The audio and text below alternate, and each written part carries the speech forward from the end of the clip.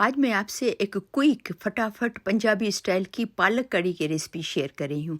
तो चलिए देखते हैं उसको कैसे बनाते हैं। तो उसके लिए मैंने 3 टोमेटो लिए हैं और ये लहसुन लिया है और ये ग्रीन मिर्ची क्योंकि बहुत तेज़ है तो मैं 4 यूज़ करी हूँ, 6 नहीं यूज़ करी हूँ। इन तीनों चीज़ों को ग्राइंड करेंगे और 1 टीस्पून नमक और 1 टीस्पून हल्दी डाल के इसको भूनेंगे।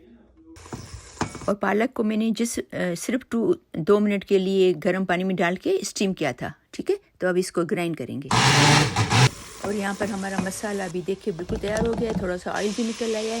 ये ग्राइंड की हुई पालक इसमें डालेंगे। आपको एक टिप बताऊं कि जब भी आप पालक का सालन बनाएं, पालक डालें तो चूल्हा बिल्कुल स्लो कर लें और बिल्कुल स्लो आंच पे इसको पकाएं ताकि पालक के न्यूट्रिएंट्स ख़त्म नहीं हो जाए। वाह, पंजाबी स्टाइल पालक करी तैयार है। पंजाबी स्टाइल पकोड़ा मेरी एक दोस्त ने भेजे थे। ये सादा, मज़ेदार और जल्दी बनने वाली रेसिपी ज़रूर ट्राई कीजिएगा, आपको ज़रूर